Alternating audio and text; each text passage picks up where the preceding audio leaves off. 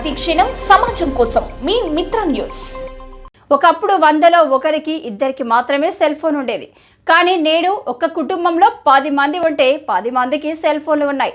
ఇదిలా ఉండగా పుట్టిన ప్రతి పిల్లాడి నుండి సెల్ ఫోన్ అంటే ఏమిటో అర్థమే పరిస్థితి నెలకొంది. సెల్ ఫోన్లో వస్తున్న గేములు, ఆటలు, పాటలు చూస్తూ పిల్లలు సైతం టైంపాస్ చేస్తున్నారంటే పరిస్థితి ఎలా ఉందో తెలుసుకోవచ్చు. ప్రస్తుతం పాలమూరు పట్టణంలో ఒక చిన్న బుడతడు తమ తల్లిదండ్రులు పని చేసుకుంటుంటే ఉసుకలో గుచ్చుకొని సెల్ ఫోన్ ఆపరేటర్ చేస్తూ పాటలు వింటూ జోకులు చూస్తూ ఎంజాయ్ చేస్తున్నారు.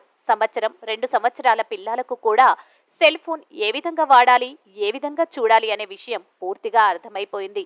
ఈ చిత్రం సోషల్ మీడియాలో ప్రస్తుతం హల్చల్ చేస్తుంది.